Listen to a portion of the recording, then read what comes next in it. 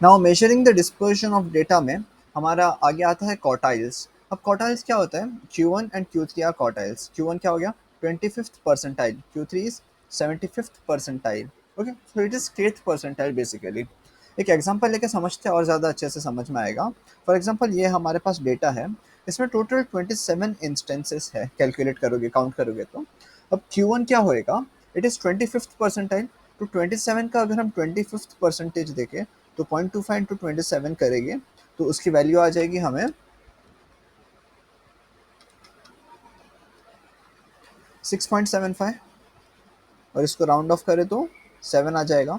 तो यहाँ से सेवेंथ कौन सा है? 1 2 3 4 5 6 7। सेवेंथ में हमारे पास क्या है? 20। तो हमारे Q1 की वैल्यू क्या हो गई? 20। Similarly Q3 is 75 percentile. तो 0.75 इंटू अगर मैं 27 करूँ तो आंसर इज 20.25, और उसको राउंड ऑफ करूँ तो 20।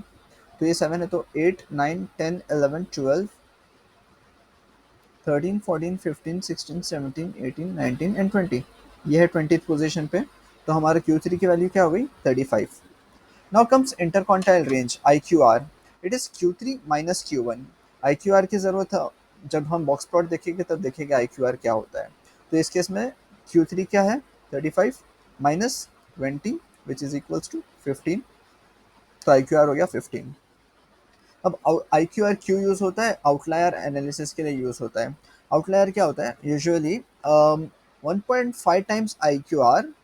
अब Q1 से 1.5 टाइम्स IQR कम, लेस जो भी रहेगा वो आउटलायर, और Q3 से ज़्यादा जो भी रहेगा वो आउटलायर। तो अगर 1.5 इंटू IQR करें और फिर उसकी वैल्यू देखें तो इट इज़ 1.5 इंटू IQR क्या था? 15 विच इज़ इक्वल्स टू 22.5। अब IQR में Q1 की वैल्यू क्या है? 20। 20 माइनस, यानी 20 से पहले 22.5 अगर हम जाए तो कुछ भी हमारा आउटलायर नहीं आ रहा है। वही अगर हम Q3 की वैल्यू देखें तो क्या है? 35।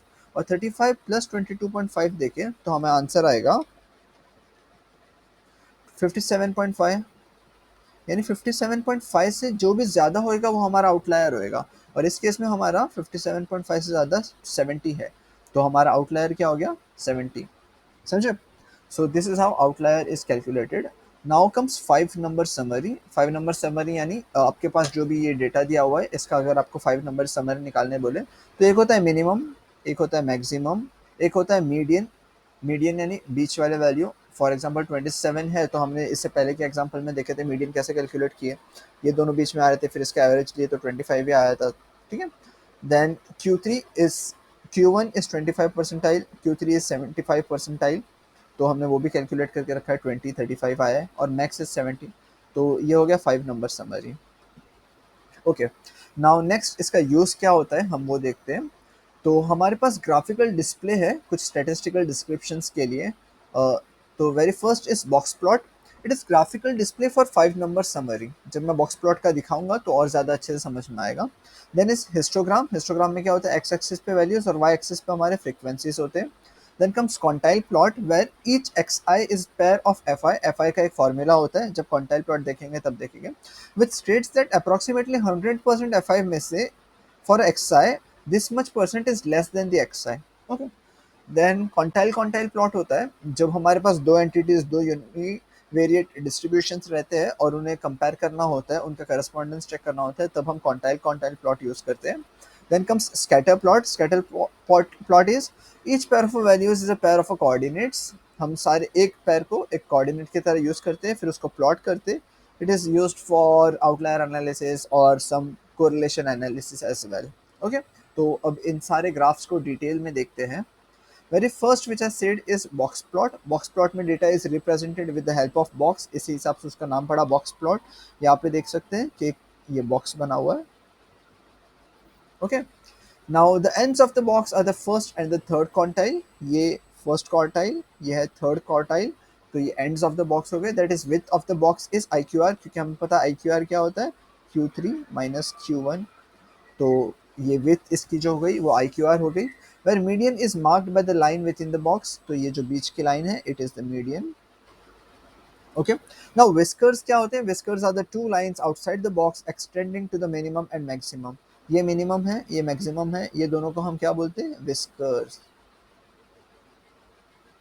अब ये विस्कर्स का कैलकुलेशन कैसे होता है? मैंने बताया था ना, मिनिमम क्या हो गया? Q1 से 1.5 टाइम्स IQR लेस, ये मिनिमम बताएगा। वही Q3 से 1.5 टाइम IQR प्लस करेंगे तो मैक्सिमम बता देगा। अब मिनिमम मैक्सिमम विस्कर्स की जरूरत क्यों पड़ती है? आउटलायर्स देखने के लिए, यानी विस्कर्स के बाद अगर कुछ भी डेटा है तो उन्हें हम आउटलायर्स बोलेंगे। तो mostly box plot is used for outlier analysis. Next, उसका अगर हम विजुअलाइजेशन देखें तो यहाँ पे देखो अलग अलग सिटीज़ में नियरेस्ट सरफेस एयर टेम्परेचर को हमने बॉक्स प्लॉट के थ्रू प्लॉट किया है, तो ये हमें पता है मीडियंस है उनके, तो इससे हमें एक पैटर्न भी मिलता है, प्लस हमें पता चलता है कि आउटलायर्स कौन कौन से रीजन्स में आ रहे हैं, तो ये आउटलायर्स हो गए। Okay, next comes histogram. Histogram में जैसे हम नॉर्मली 9th-10th स्टैंडर्ड में बार ग्राफ पढ़े थे, बार ग्राफ क्या था? Normal graphical representation of categorical data. However histogram में क्वांटिटेटिव डेटा होता है। बार ग्राफ का आप देखें तो सबकी विड्थ जो है सेम है, हाउएवर हिस्टोग्राम में विड्थ डिफरेंट डिफरेंट है। फॉर एग्जाम्पल ये कितना मोटा है और ये पतला है। So height of the bar graph shows the frequency and the width of the bar graph are same, however in histograms the area of a rectangular bar shows the frequency। इसका पूरा एरिया जो होगा वो उसके frequency बताएगा। And the width of the bar need not to be same। ऐसा नहीं है कि सेम नहीं हो सकते, सेम भी हो सकते। Okay, so histograms are the bunch of bars connected to each other visualizing a distributed of some continuous quantitative variables। Similarly bar graph is for categorical data। Now histograms मैंने कैसे बताया, जरूरी नहीं है कि कनेक्टेड ही हो, ऐसे भी हिस्टोग्राम को रिप्रेजेंट किया जा सकता है। Now comes quantile plot. Quantile plot का मैंने बताया था एफआई का एक फॉर्मूला होने वाला है, ये रहा वो फॉर्मूला। उसके अब इस फॉर्मूला में आई क्या होता है? For example it is index, अगर हम इसको 1 दे, 2, 3, 4, 5, 6, 7, 8, 9, तो ये सारी आई की वैल्यूज हो गई। तो अगर हम 40 के लिए एफ आई को कैलकुलेट करें तो it will be 1 minus 0.5 upon N की वैल्यू क्या होगी? टोटल 9 है तो एन की वैल्यू यहाँ पे 9 हो गई। इसका आंसर आएगा 0.05 समथिंग समथिंग, उसको राउंड ऑफ करेंगे तो 0.06 आ जाएगा। अब ये हम क्यों करते हैं कैलकुलेट? ताकि हम उसको 0 to 1 की स्केल के बीच में ला सके, एक तरह से नॉर्मलाइज कर सकें। ओके, तो हमें ये सारे के लिए कुछ एफ आई वैल्यूज़ मिलेगी। हम ये वैल्यूज़ जो यूनिट प्राइस है उनको वाई एक्सिस पे प्लॉट कर देंगे और इन वैल्यूज़ को हम एक्स एक्सिस पे प्लॉट कर देंगे। अब इसमें क्वांटाइल प्लॉट में एक इम्पॉर्टेंट चीज़ याद रखने की वो ये है कि हम इसको सॉर्टेड ऑर्डर में करते हैं पहले डेटा को। ओके, ताकि हम उसका ट्रेंड एनालाइज कर सके, कुछ आउटलायर है या नहीं, उसका बिहेवियर कैसा है, अनयूजुअल अगर कुछ ऑकरेंस है तो वो देख सके। इसके लिए मोस्टली क्वांटाइल प्लॉट यूज़ होता है। ये हमारा क्वार्टर और ये Q3 हो गया, ये हमारा मीडियन हो गया। मीडियन देखो ये 9 है तो फिफ्थ वाला विल बी मीडियन 75। तो अगर मीडियन को देखें हम तो यहाँ से 75 है। ओके, सो यहाँ से भी देखो अगर 0 to 1 करे तो 0.5 जो रहेगा वो मीडियन रहेगा। तो इस तरह हम कुछ बिहेवियर एनालाइज के लिए क्वांटाइल प्लॉट यूज करते हैं।